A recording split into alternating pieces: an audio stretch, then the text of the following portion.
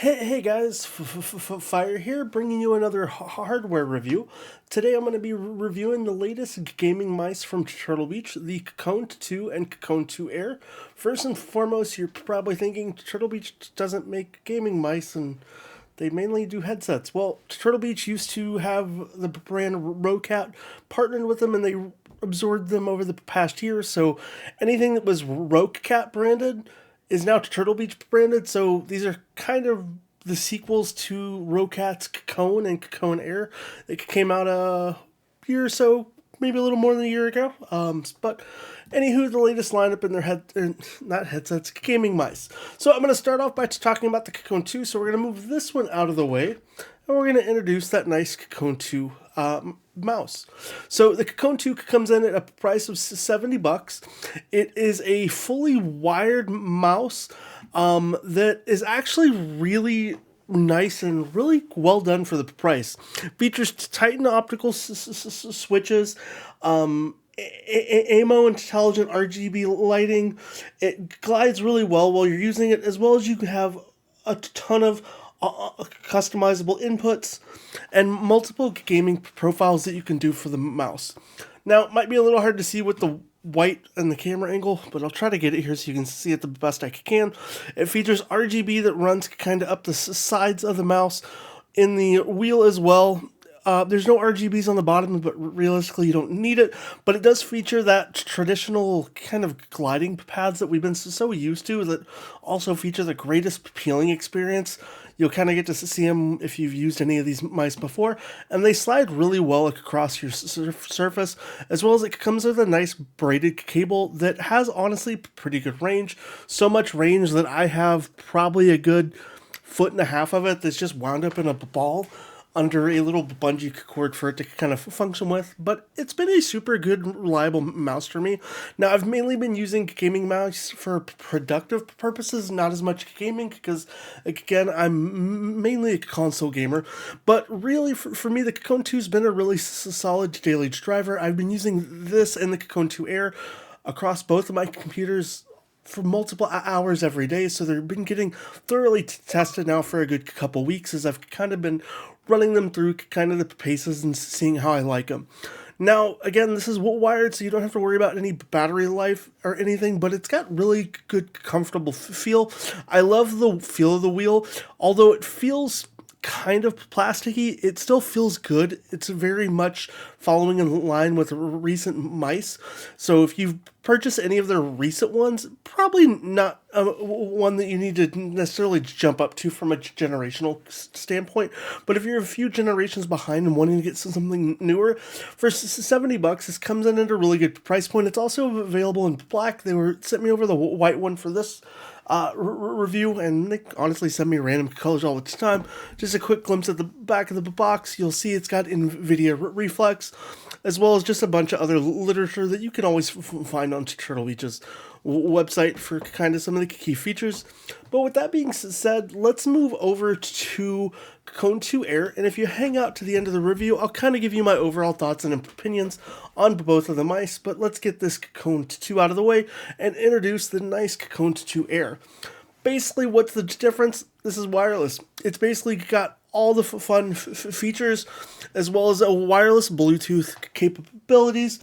Instead of having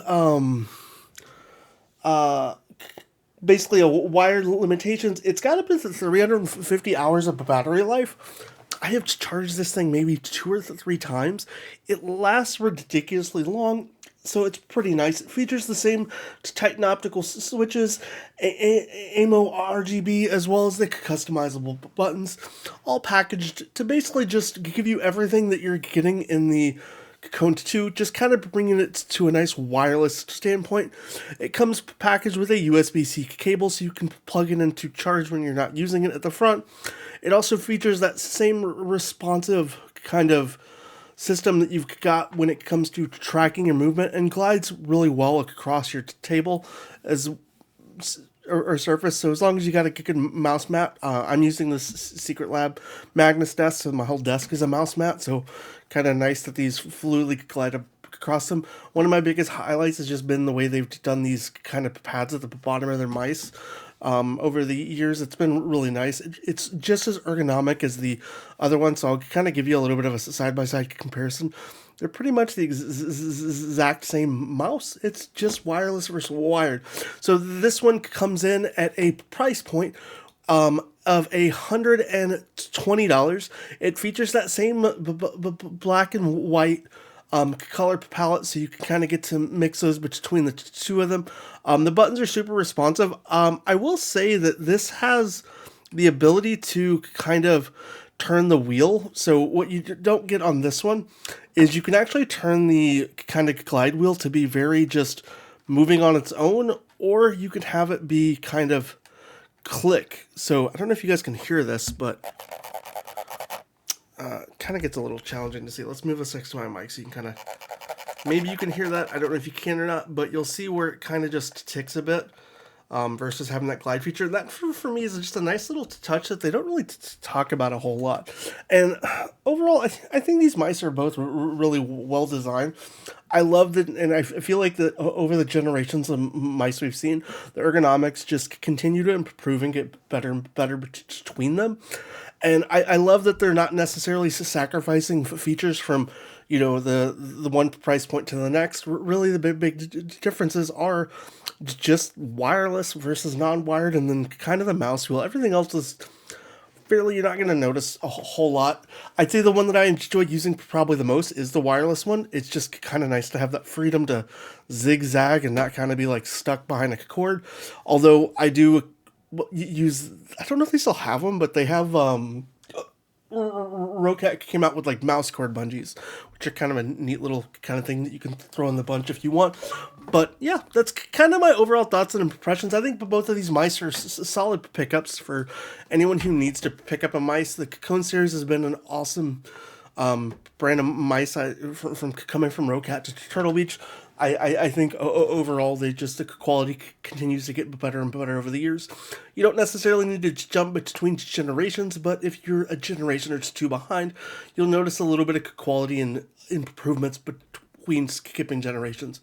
If I had to pick between the two, realistically, if you're gaming, you might want the wireless one, but if you're kind of looking more production level and you're just using it for work and not as intense tasks, you could probably stick with the KONE 2 over the KONE 2 Air. But again, if you're gaming, I'd probably go more the KONE 2 Air. The response times is super great. I know a lot of people say I want to be wired for like a response time when it comes to gaming, but like for me, I'm getting older. My response time sucks as it is. I'd rather just have wireless and have one less cable on my desk. But realistically, it's up to whichever style you kind of prefer. You can't really go wrong with either one of these. And that's why, you know, I think they're both pretty good pickups. Again, overall, KONE 2 Airs got my pick of the two, but for convenience and price, the KONE 2 does come in at a solid price point. Outside of that, guys, I'd love to know what you think of my review of both the mice here, and if there's any other Turtle Beach products you want me to review. I've got some upcoming stuff where I'll be reviewing some of their upcoming headsets in the coming weeks. So if you want to hang around, hit that subscribe button and keep an eye out for those. Outside of that, appreciate hanging out with me, and I hope you have a great rest of your day, and I'll catch you next time.